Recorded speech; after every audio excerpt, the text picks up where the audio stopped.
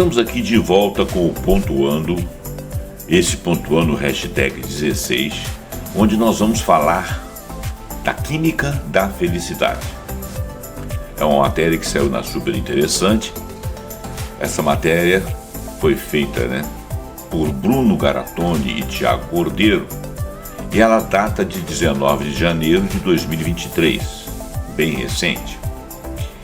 Ela se inicia dessa forma: existe uma molécula que determina se as lembranças serão boas ou ruins. Veja esta e outras descobertas da ciência sobre os mecanismos cerebrais ligados à felicidade, nesta matéria, naturalmente, e a relação disso com a polêmica dos antidepressivos. Você é feliz? E agora, neste exato momento, você está feliz? Esperamos que sim. Mas seja qual for o seu veredicto, você provavelmente hesitou um pouco antes de responder. Porque a felicidade é fugidia. Às vezes conseguimos agarrá-la e queremos ficar assim para sempre. Mas aí ela começa a escorrer como areia entre os dedos, ou simplesmente some, sem motivo aparente, para reaparecer algum tempo depois.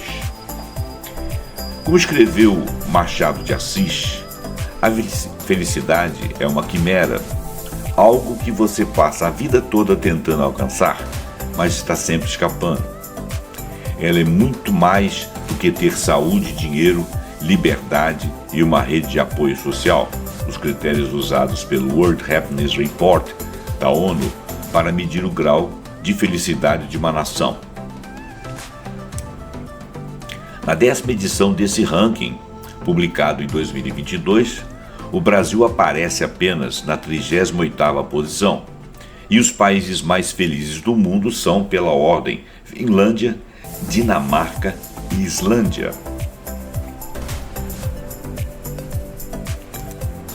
A Finlândia, aliás, lidera o ranking há 5 anos. Só que 18% da sua população tem algum problema psicológico, especialmente a depressão, o percentual mais alto da União Europeia. Você pode ter tudo, objetivamente, e mesmo assim não se sentir feliz. Cada pessoa, cada vez mais, tenta resolver o problema recorrendo aos antidepressivos, mas isso desencadeou um fenômeno curioso. Ao mesmo tempo em que aumenta o uso desses medicamentos, a porcentagem de deprimidos na sociedade segue crescendo. Em 2013, segundo dados do IBGE, aqui no Brasil, eram 7,7% dos brasileiros. Em 2019, antes da pandemia, 10,2%. Hoje, são 11,3%. Será que os remédios estão mesmo funcionando? No ano passado, um trabalho publicado por cientistas ingleses jogou lenha na fogueira.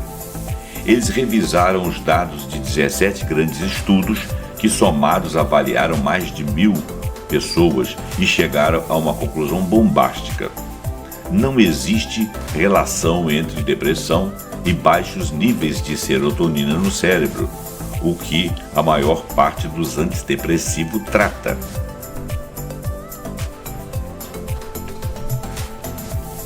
A notícia correu o mundo como uma onda de manchetes dizendo que essas drogas não funcionam e que seu efeito é mero placebo. Não é bem assim.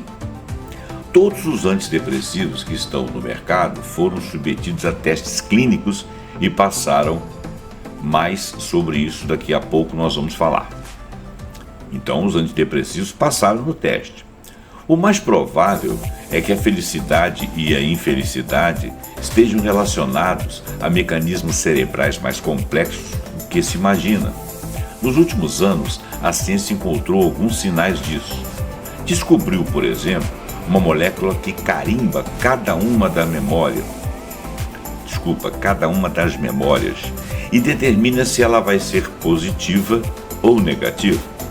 E que o cérebro possui uma malha de circuito chamada rede de modo padrão, que pode ser decisiva para a sensação de felicidade ou infelicidade. Um título, Da Grécia ao Tálamo. O que é exatamente felicidade?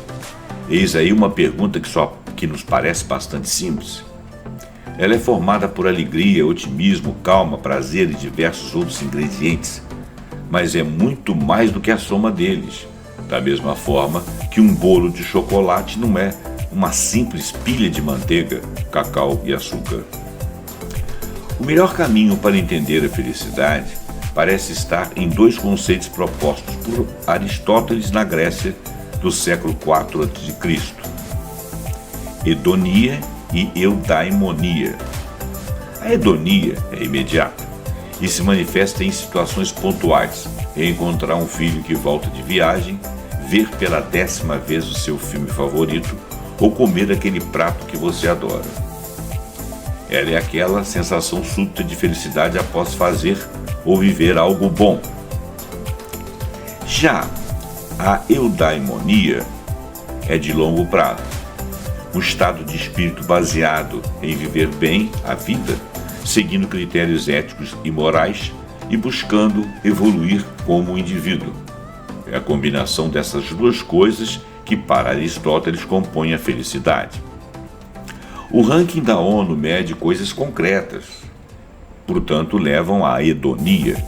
Mas quando você pergunta a si mesmo se é feliz, na verdade está pensando na eudaimonia. E ela é o saldo das experiências e emoções vividas, ou seja, das suas memórias. E ao gravá-las, o cérebro atribui a cada uma delas, entre aspas, uma valência emocional. E isso no futuro acaba influindo diretamente sobre a felicidade.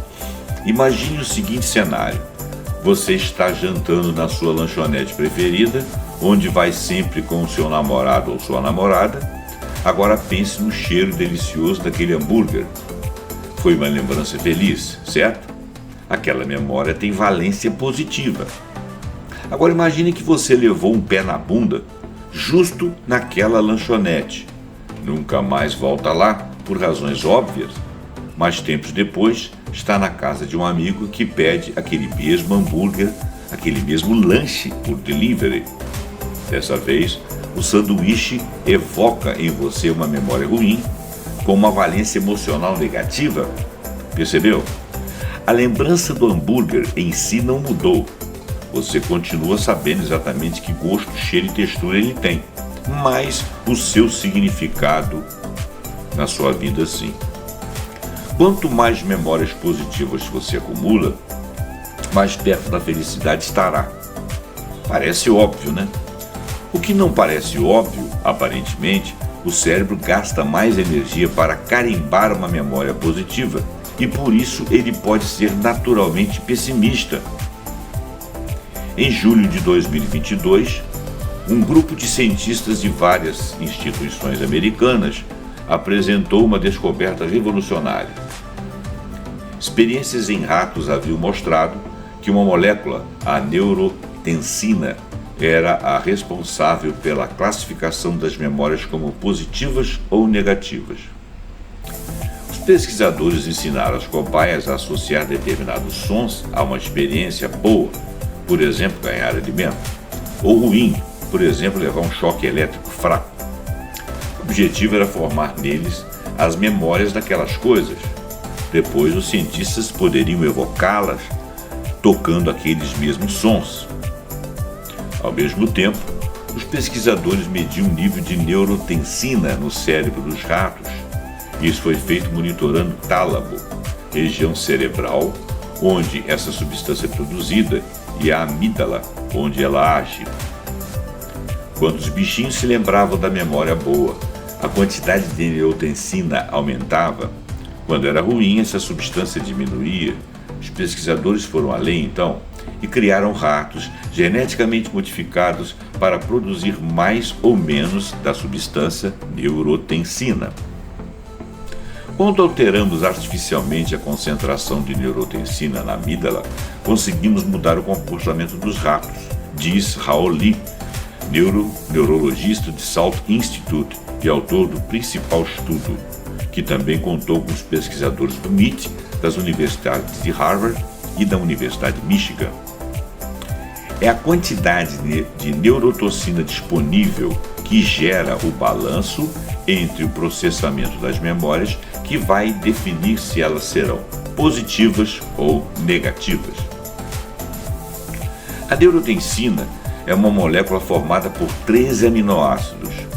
Ela foi identificada pela primeira vez no cérebro de bois e também está presente em outros animais, humanos inclusive. Ela circula todo o sistema nervoso, embora sua maior concentração esteja no hipotálamo, aquele que regula funções básicas como sede, apetite, temperatura corporal e pressão arterial. E na amígdala, que é ligada ao comportamento social, ao controle das emoções e ao medo. O estudo em ratos demonstrou que o cérebro deles precisa fazer mais esforço produzindo neurotensina para gravar memórias boas. Existe uma propensão à negatividade e isso é proposital, provavelmente. Acredito que a tendência a formar memórias ligadas ao medo seja resultado da evolução. Do ponto de vista da sobrevivência, evitar o perigo sempre foi muito mais importante do que buscar recompensas, afirma o cientista Lee. Não dá para assumir automaticamente que o cérebro humano também opere exatamente dessa forma, mas é bem possível que seja aproximadamente assim. Na outra ponta da ciência, a psicologia, há uma série de estudos mostrando que a mente humana é especialmente sensível a informações e acontecimentos negativos. Eles causam efeitos mais profundos e duradouros do que experiências positivas. Você já deve ter notado, quando acontece alguma coisa boa, a gente eventualmente se esquece dela, mas as ruins ficam na cabeça por muito mais tempo. E a neurotensina, ou a ausência da neurotensina, pode ter a ver com isso. O papel dessa substância na formação das memórias começou a ficar mais claro em 2011, quando cientistas dos Estados Unidos e da China submeteram 460 voluntários a análises genéticas e testes de memória. Os pesquisadores constataram que cerca de 5% daquelas pessoas apresentavam duas mutações em um determinado gene. O nome é NTSR1, que controla a quantidade de receptores de neurotensina no cérebro. Elas tinham mais receptores da substância, que por isso agia mais fortemente, e aqueles indivíduos se saíram muito melhor em testes de memorização. A neurotensina não está ligada apenas a memórias, também pode influenciar nas respostas emocionais imediatas. Em 2021, cientistas da Alemanha e do Irã submeteram 22 voluntários adultos a um procedimento experimental. Eles receberam uma corrente elétrica de baixíssima intensidade, 1,5 mA, sobre o córtex frontal dorsolateral, ou córtex pré-frontal ventromedial, durante 15 minutos. O objetivo do procedimento, feito com eletrodos colados à cabeça, era inibir a atividade dessas regiões cerebrais, que, eis o pulo do gato, também possuem receptores da neurotensina, são influenciados por ela. Durante os testes, cada voluntário era apresentado a uma coleção de 100 imagens mostrando cenas boas e cenas ruins, e devia classificar o grau de positividade de cada uma delas numa escala de 1 a 9 pontos, bem como seu grau de excitação e dominância, ou seja, agressividade. A experiência foi repetida por 3 vezes com um intervalo de 72 horas. Os voluntários também classificaram as fotos sem receber o estímulo elétrico. Resultado: quando estavam levando choques do D1-PFC, eles agiam de forma mais negativa, davam notas mais baixas para as fotos. Já quando o alvo vem do VMPFC,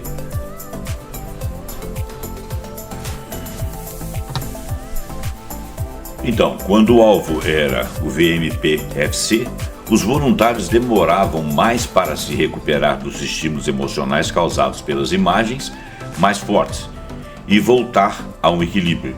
Ou seja, essas duas regiões sobre as quais a neurotensina age realmente influem no estado emocional. A principal tese dos pesquisadores é a seguinte: se a neurotensina ficar em níveis cronicamente baixos, estaria aberto o caminho para a depressão e ansiedade. Inclusive porque ela também tem outra função, que é ajudar a controlar a quantidade de dopamina, um neurotransmissor relacionado à memória e à sensação de prazer, e que, se estiver em níveis acima ou abaixo do ideal, pode levar à depressão ou a comportamentos compulsivos. Pretendo continuar a explorar o papel dos neuropeptídeos, incluindo a neurotensina, no controle das doenças mentais, diz Lee, que está inaugurando um laboratório em Northwestern University, onde foi recentemente contratado para fazer isto. As descobertas sobre a neurotensina podem abrir um novo ramo de estudos sobre a felicidade e depressão. Isso também vale para outro elemento pouco comentado, mas igualmente influente, da arquitetura cerebral, a rede de modo padrão. Um outro título, a mente ruminante. O cérebro está sempre funcionando a todo vapor. Ele gasta muito mais energia do que qualquer outro órgão. Ele sozinho queima 20% de todas as calorias que você ingere. E isso acontece mesmo quando a mente está em repouso, sem prestar atenção a estímulos externos ou raciocinar para tentar resolver alguma tarefa. Porque nesses momentos você continua pensando, só que em outras coisas, na sua vida, nas demais pessoas, no passado ou no futuro. Tudo fica assim, absurdo, boa parte do tempo. Mas quando isso acontece, entra em ação a rede de modo padrão, que em inglês seria DMN, em português seria RMP. Um conjunto de circuitos espalhados por 5 regiões cerebrais. A existência da DMN foi teorizada pelo psiquiatra alemão Hans Berger, que em 1924 inventou o exame de eletroencefalograma usado para monitorar as ondas cerebrais. 5 anos mais tarde, ele publicou uma sequência de artigos científicos defendendo a tese de que o cérebro não desacelera quando a pessoa está descansando. Ele aciona regiões diferentes, mas ele continua trabalhando a todo vapor. Era uma teoria polêmica para a época, mas começou a ser comprovada na década de 1950, quando a equipe dos neurocientistas americanos Louis Sokoloff colocou voluntários para resolver problemas matemáticos enquanto monitorava a atividade cerebral deles. Quando os exames de neuroimagem ainda não existiam, Sokoloff usou uma técnica curiosa. Fez os voluntários inalarem óxido nitroso, que também é conhecido como gás hilariante, porque deixa a pessoa relaxada e com vontade de rir. Foi uma quantidade muito pequena, insuficiente para causar esses efeitos, ficar rindo, mas o bastante para que as moléculas do gás se espalhassem pela corrente sanguínea e penetrassem no cérebro dos voluntários. Em seguida, as pessoas iam resolver os testes de matemática e os cientistas escolhiam suas respostas de sangue delas, uma artéria femoral na perna, outra na jugular, logo abaixo do cérebro. O objetivo disso era pegar ao mesmo tempo sangue arterial, que está indo irrigar os órgãos, e sangue venoso, que já passou por eles. Comparando a quantidade de óxido nitroso nas duas amostras, você consegue saber o volume de sangue que passou pelo cérebro naquele momento e a partir daí calcular o consumo de energia dele ou dele. Legal, né? Esse método foi inventado em 1944 e é usado até hoje. Mas voltando ao estudo de Sokoloff, depois dos testes de matemática, ele permitiu que os voluntários descansassem, mas continuou fazendo as medições e viu que o consumo de energia do cérebro permanecia o mesmo quando as pessoas estavam em repouso. Com o passar das décadas, novas técnicas de estudos foram confirmando e exames de neuroimagem revelam as regiões cerebrais envolvidas. No início dos anos 2000, o neurologista Marcus Reichler da Universidade de Washington, encaixou a última peça. Ele cunhou o termo modo padrão para definir o que o cérebro faz nesses momentos quando está descansando. As regiões cerebrais que formam a rede de modo padrão estão conectadas fisicamente entre si e se interligam, e essas interligações, evoluem com o tempo, alcançam seu pico de desenvolvimento entre os 9 e 12 anos.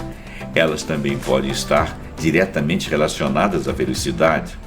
Uma das características mais típicas da tristeza é ficar ruminando as coisas, repetir muitas vezes os mesmos pensamentos negativos que ocupam um tempo enorme e vão assumir um peso bem maior que o real. O termo é uma referência aos animais ruminantes, como as vacas, por exemplo, que ficam um tempão mastigando os alimentos. Quem tem depressão também costuma fazer isso, e o motivo pode estar na rede de modo padrão. Alguns estudos mostrando que nas pessoas com a chamada ruminação depressiva, a DMN, a tal rede de modo padrão, apresenta um número exagerado de conexões com o córtex cerebral subgenual, uma região do cérebro cuja hiperatividade está relacionada à depressão. É como se a rede trabalhasse demais ou de forma errada, e isso ajudasse a desencadear pensamentos negativos. As disfunções na rede de modo padrão, ou DMN, certamente são um fator de desordem que contribui para a incidência da depressão, afirma o bioquímico Daniel Martins de Souza, diretor do Laboratório de Neuroproteômica da Unicamp. A ruminação exagerada, fora de controle, pode acabar com a felicidade de qualquer pessoa.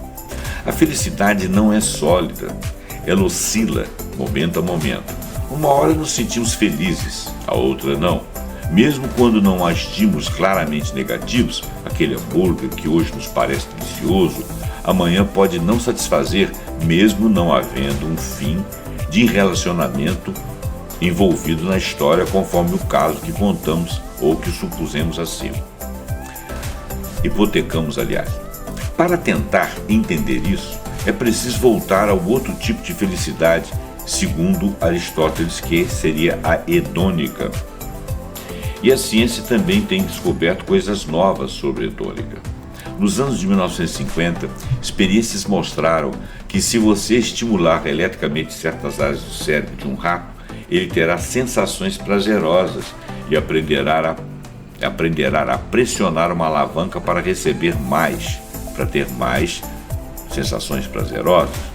Por razões éticas, não dá para fazer esse tipo de teste com humanos, eles provavelmente ficariam viciados. Mas na década de 1970, a ciência conseguiu identificar regiões cerebrais envolvidas no prazer, monitorando a atividade cerebral de voluntários durante o orgasmo. A área mais ativada foi a do septo cerebral, uma membrana bem no meio do cérebro, a mesma que havia sido estimulada e gerado uma forte reação nos testes em ratos. Nas décadas seguintes, outros estudos foram mostrando que o prazer, em sua definição mais ampla, não só o sexual, envolve várias áreas do cérebro humano, como a área tegmental ventral, o núcleo accumbens, o corpo estriado, o hipocampo e a amígdala. Por isso, alguns cientistas criaram o conceito de córtex hedônico, um conjunto de regiões que se acende quando vivemos, esperamos ou nos lembramos de alguma coisa prazerosa. Ainda é só uma ideia, não tem o mesmo nível de comprovação e aceitação científica que a rede de modo padrão, a chamada DMN. As descobertas sobre a neurotensina e a DMN ilustram bem como a felicidade e sua ausência são mais complexas do que parecem. Não depende só dos níveis de serotonina do cérebro, e isso pode explicar por que, como mostrou o estudo inglês do começo desse texto, não existia uma relação direta entre a falta desse neurotransmissor e a depressão. O trabalho publicado por cientistas da University College London é categórico. Baixa serotonina não causa a doença. Ela também mostra, citando as conclusões de outros estudos, que o uso de antidepressivos pode até reduzir a quantidade de serotonina no sangue. Só que tem um detalhe, na prática esses remédios funcionam. Isso foi comprovado por diversos estudos ao longo das últimas décadas, em pacientes de mais variadas idades, etnias, histórico pessoal e condição social. Em 2018, cientistas da Universidade de Oxford revisaram os dados de 522 estudos ou testes clínicos que juntos reuniram mais de 100 mil adultos e avaliaram os 21 remédios antidepressivos mais usados no mundo. Todos se mostraram mais eficazes do que o placebo. Os antidepressivos funcionam ainda que seu mecanismo de ação seja conhecido apenas de forma periférica, diz Ricardo Alberto Moreno, do Instituto de Psiquiatria da USP. E se o X da questão, o que esses medicamentos fazem exatamente, ainda é um mistério, porém também não sabemos como eles atuam dentro das células, o que seria um pouco mais ciência, diz Moreno. É assim como muitos remédios funcionam. Até alguns dos mais banais, como o anti-inflamatório paracetamol, não têm seu mecanismo de ação plenamente compreendido pela ciência. No caso dos antidepressivos, há dois complicadores: os mistérios do cérebro, que ainda são muitos, e a própria natureza da depressão como doença. Ela é uma doença multifatorial, com diferentes causas, nem todas são endógenas. Existem fatores ambientais importantes, lembra Martins de Souza da Unicamp. As experiências de vida são preponderantes. Há casos de pessoas que, quando confrontadas com situações limites ou situações gatilho, disparam a doença. Isso não quer dizer que a serotonina não esteja envolvida de alguma forma, ou uma forma que varia de acordo com o paciente, diz ele. Mas ele também afirma que está claro que a serotonina tem um papel menos determinante do que se imaginava anteriormente e pode variar de uma pessoa para outra. A psiquiatria caminha para tratamentos cada vez mais individualizados que consideram o peso de cada fator para cada pessoa, pensando em terapias e tratamentos que foquem em cada uma das diferentes causas, afirma. A depressão e patologias à parte, a tristeza, a felicidade se complementam. Da mesma forma que ninguém deve afundar numa bad, também não é razoável querer uma rotina 100% feliz, 100% up, ao estilo do Instagram. Não é assim que a vida funciona. Aliás, não é assim que a mente funciona também. Todo mundo oscila entre feliz, o não tão feliz, o alegre, o neutro, o melancólico, o triste e 1001 emoções. Todas têm sua função, inclusive porque elas podem ser instrumento da razão, nos ajudando a fazer julgamentos rápidos e com melhor esforço cognitivo.